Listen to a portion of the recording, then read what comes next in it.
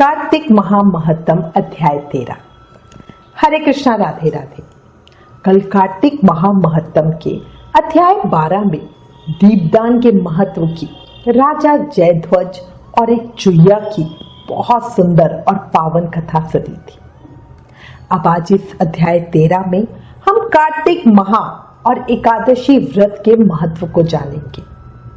क्यों कार्तिक इतना पुण्यदायी है, क्यों एकादशी भगवान को इतनी प्रिय है, पूरी जानकारी लेंगे। शुरू करते हैं। कार्तिक कथा को सुनो, सभी सहज मन लाए। 13वां अध्याय सुनो, शिव प्रभु शरण में आए। राजा पृथु ने श्री नारद जी से पूछा, हे मुने, कार्तिक मास तथा एकादशी तिथि सबसे उत्तम क्यों मानी गई है? कहने लगे, हे राजन, जो प्रश्न तुमने आज मुझसे पूछा है वही प्रश्न एक समय श्री सत्यभामा ने श्री कृष्ण से किया था, और जो कुछ उत्तर श्री कृष्ण ने सत्यभामा को दिया था वही मैं तुमसे कहता हूं, ध्यान पूर्वक सुनो। एक समय श्री सत्यभामा जी ने श्री कृष्ण जी से पूछा, हे प्रभु, आप तो सभी काल में व्यापक हैं और सभी काल आपके आगे एक समान है, फिर यह कार्तिक मास ही सभी मासों में श्रेष्ठ क्यों है? आप सब तिथियों में एकादशी और सभी मासों में कार्तिक मास को ही अपना प्रिय क्यों कहते हैं? इसका कारण बताइए। भगवान श्री कृष्ण ने कहा, हे भामिनी, तुमने बहुत अच्छा प्रश्न किया, मैं तुम्हें इसका उत्तर देता हूं, ध्यान पूर्वक सुनो। हे प्रिय, समुद्र का पुत्र शंख नाम का एक दैत्य था। वह राक्षस बहुत बलवान एवं अत्याचारी हो गया था। उसके अत्याचारों से तीनों लोकों में त्राही त्राही मच गई। उस शंखासुर ने स्वर्ग में निवास करने वाले देवताओं पर विजय प्राप्त कर इंद्रादि देवताओं और लोकपालों के अधिकारों को छीन लिया। उससे भयभीत होकर समस्त देवता अपने परिवार के सदस्यों के साथ सुमेरु पर्वत की गुफाओं में बहुत दिनों तक छिपे रहे। तत्पश्चात वे निश्चित होकर सुमेरु पर्वत की गुफाओं में ही रहने लगे। उधर जब शंखासुर को इस बात का पता चला कि देवता आनंद पूर्वक सुमेरु पर्वत की गुफाओं में निवास कर रहे हैं, तो उसने सोचा कि ऐसी कोई दिव्य शक्ति अवश्य है जिसके प्रभाव से अधिकारहीन यह देवता अभी भी बलवान है। सोचते सोचते वह इस निर्णय पे पहुंचा कि वेद मंत्रों के बल के कारण ही देवता बलवान हो रहे हैं। यदि इनसे वेद छीन लिए जाएं तो वे बलहीन हो जाएंगे। देव ऋषि नारद बोले, ऐसा सोचकर शंखासुर भगवान विष्णु को सोते हुए देखकर सत्यलोक में वेद चुराने के लिए पहुंच गया।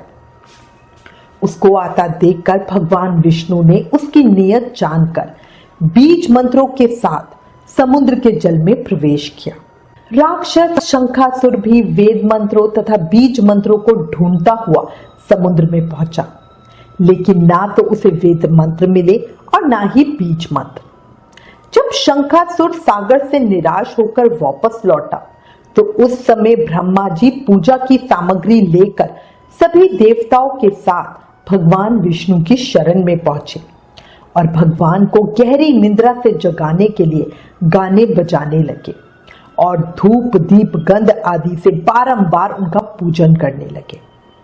धूप दीप नैवेद्य आदि अर्पित किए जाने पर भगवान की निद्रा टूटी और वह देवताओं सहित ब्रह्मा जी को अपना पूजन करता हुआ देखकर बहुत प्रसन्न हुए तथा कहने लगे, मैं आप लोगों के इस कीर्तन एवं मंगलाचरण से बहुत प्रसन्न हूं।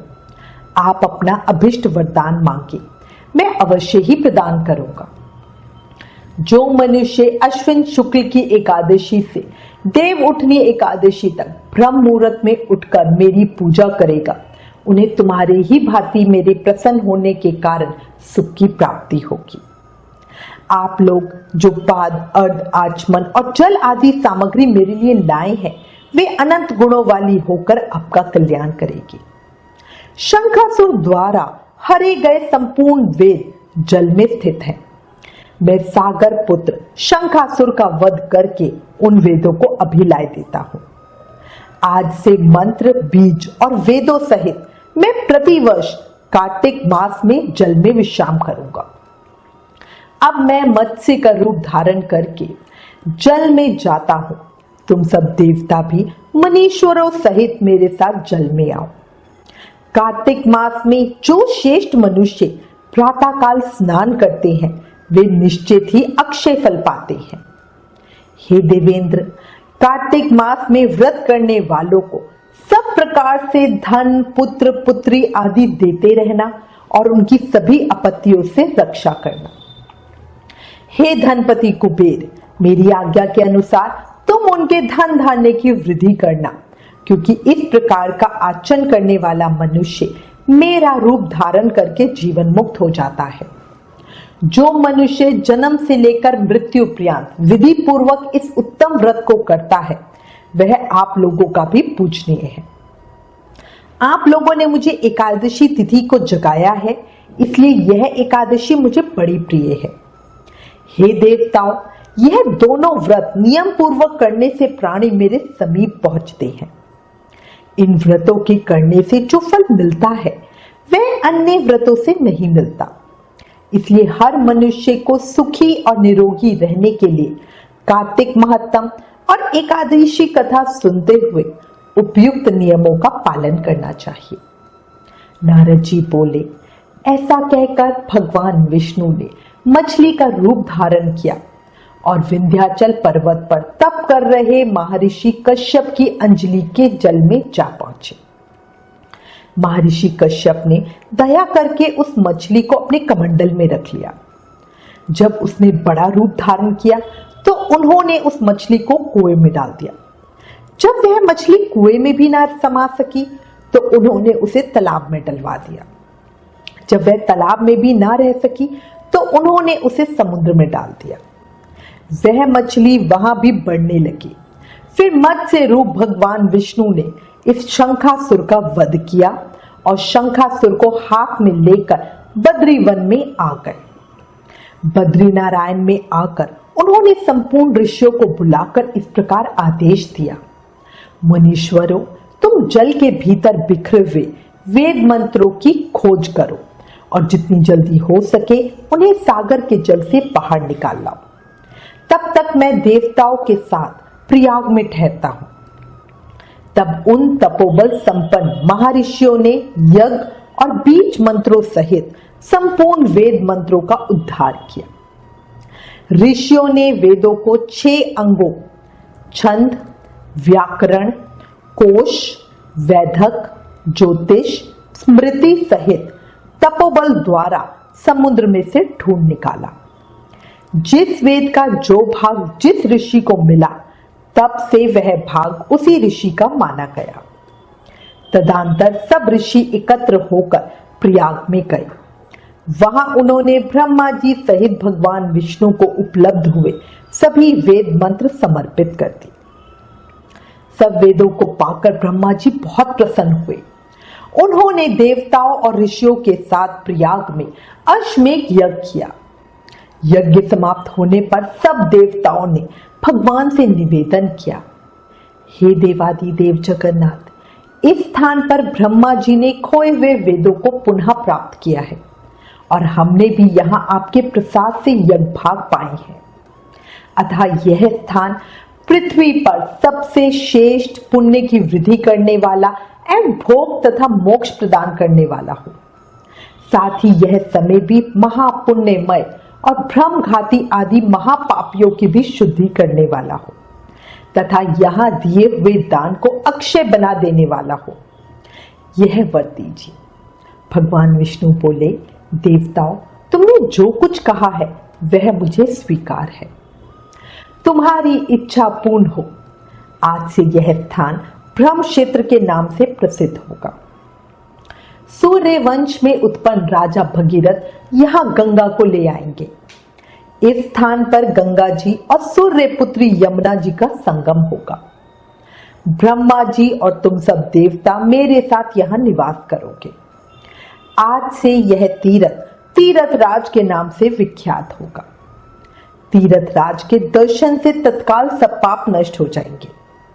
यहाँ पर किया हुआ जप तप तथा दान महान फलदायक होगा। पहले जन्म में किए हुए पाप, ब्रह्म हत्या आदि भी इस तीर्थराज में स्नान करने से नष्ट हो जाएंगे। जो लोग अपने पिता आदि को यहाँ लाकर तर्पणवश श्राद्ध करेंगे, उनके पिता मेरे स्वरूप को प्राप्त करेंगे। वह तीनों प्रकार की मुक्ति को प्राप्त करेंगे। मकर संक्रांति पर माघ मास में प्रातः काल यहाँ आकर स्नान करने वाले मनुष्यों के सब पापों का यह तीर्थ नाश करेगा। ठीक उसी तरह जिस तरह सूर्य के तेज से अंधकार का नाश हो जाता है। हे मुनीश्वर, मेरे वचन ध्यान से सुनिए। मैं सर्वत्र व्याप रहता हुआ भी हमेशा बद्रीनारायण में निवास करता हूँ। सैकड़ों वर्षों तक किसी भी दूसरे स्थान पर तप करने का जो फल मिलता है, वही फल यहाँ एक दिन में मिल जाएगा। जो मनुष्य मेरे इस स्थान बद्रिकाश्रम का दर्शन करेगा, वह जीवन मुक्त हो जाएगा और उनके समस्त पाप नष्ट हो जाएंगे। सूत जी बोले। ऐसा कहकर भगवान विष्णु अंतर्ध्यान हो गए और देवता गण भी अपने अंशों को वहीं छोड़कर चले गए। जो मनुष्य कार्तिक में तुलसी जी की जड़ के समीप श्रीहरि का पूजन करता है, वह इस लोक में संपूर्ण भोगों का उपभोग कर अंत में बैकुंठ धाम को जाता है। जो मनुष्य इस कथा को श्रद्धापूर्वक कहते और सुनते हैं, वह श्री प्रयागराज व बद्रिक आश्रम जाने व स्नान करने के समान फल प्राप्त करते हैं। इसके बाद सूत जी कहने लगे, अब सब व्रतों में उत्तम व्रत और मोक्ष के देने वाले एकादशी के व्रत का महत्व सुनो। एकादशी तिथि कृष्ण पक्ष की हो या शुक्ल पक्ष की, अन्न नहीं खाना चाहिए। जो एकादशी को अन्न खाता है, वह पापों का भक्षण करता है। एकादशी का व्रत माता के समान सबकी रक्षा करता है। दशमी तथा द्वादशी को भी एक समय ही भोजन करना चाहिए। नारद जी कहते हैं कि गंगा के समान तीर्थ नहीं, माता के समान गुरु नहीं, विष्णु के समान देव नहीं, अन्न न खाने के समान तप नहीं तथा शांति के बराबर सुख नहीं, सत्य के बराबर ज्योति नहीं, कार्तिक के समान मास नहीं। एकादशी व्रत करने वाला प्रातः समय उठकर भगवान का पूजन करे, पुराणों की कथा सुने। एकादशी की रात्रि को जागरण करें। नारद जी कहने लगे, हे राजन, अब एक प्राचीन इतिहास सुनो। नर्मदा नदी के तट पर गालव ऋषि का अति सुंदर आश्रम था। ऋषि गालव का भद्रशील नाम का एक पुत्र था, जो विष्णु जी का परम भक्त था। वह बालकों के साथ भगवान की मूर्ति बनाकर पूजन किया करता था। साथ ही बालकों को उपदेश दिया करता था कि वह भी भगवान का पूजन करे तथा एकादशी का व्रत रखे। बालक भी उसका उपदेश सुनकर वैसे ही किया करते थे। अपने पुत्र के चरित्र को देखकर एक समय उसके पिता गालव ऋषि ने उससे पूछा, भद्रशील, तुम सदैव भगवान विष्णु की पूजा में लगे रहते हो, यह उपदेश तुमको किसने दिया है? यह सुनकर भद्रशील कहने लगा, पिताजी, आपको अपने पूर्व जन्म का वृतांत सुनाता हूं। पहले जन्म में मेरा जन्म चंद्रवंश में हुआ था। धर्म कीर्ति मेरा नाम था। दत्तात्रेय जी से मैंने दीक्षा ग्रहण की। मैंने 1000 वर्ष तक राज्य किया। उस काल में मैंने अनेक धर्म तथा पाप के कर्म भी किए, परंतु दैववश मैं बुरी संगत में पड़ गया और वेद मार्ग छोड़कर पाखंड मार्ग पर चल पड़ा। मेरे इन आचरणों को देखकर प्रजा भी पाप के कर्म करने लगी। इस प्रकार धर्म शास्त्रों के कथनानुसार प्रजा के पाप का छठा भाग मुझको भी मिलने लगा। एक दिन हम शिकार खेलने के लिए वन में गए। वहां हम पूरा दिन भूखे प्यासे ही रहे। खाने को कुछ नहीं मिलता। घूमते फिरते हम मार्ग भी भूल गए और शाम को नर्मदा नदी के किनारे पर पहुंच गए। उस दिन एकादशी का व्रत होने के कारण वहां पर एकत्रित अनेक वैष्णव भगवान का कीर्तन कर रहे थे। मैं भी भूखा प्यासा रहकर रात भर वहीं पर पड़ा रहा। मगर प्रातः होते ही भूख प्यास से दुखी हो मेरे प्राण निकल गए। उसी समय यमराज के दूत मुझको पापी समझकर मारते पीटते यमराज के पास ले गए। चित्रगुप्त ने विचार करके कहा कि ये बहुत बड़ा पापी है, परंतु इसने एकादशी का व्रत किया था, उसी से इसके प्राण निकल गए। इसके कारण इसके समस्त पाप खत्म हो गए। यह सुनकर यमराज तत्काल अपने सिंहासन से उठकर खड़े हो गए और हाथ जोड़कर मुझसे बोले, क्षमा करना, हमसे भूल हो गई। साथ ही मुझको नमस्कार भी किया। फिर अपने दूतों को धमकाकर कहने लगे, जो मनुष्य भगवान के नामों का जाप करता है उसको कभी हमारे पास मत लाओ। जिसने अनजाने में भी एकादशी का व्रत किया हो तब भी उसके सब पाप खत्म हो जाते हैं और उसको हमारे पास आने की आवश्यकता नहीं पड़ती। इसके बाद यमराज ने मेरा पूजन किया और फिर मुझे सुंदर विमान में बिठाकर विष्णुलोक भेज दिया। हजारों वर्ष तक इंद्रलोक तथा विष्णुलोक में रहने के पश्चात अब मैंने यहाँ पर जन्म लिया है।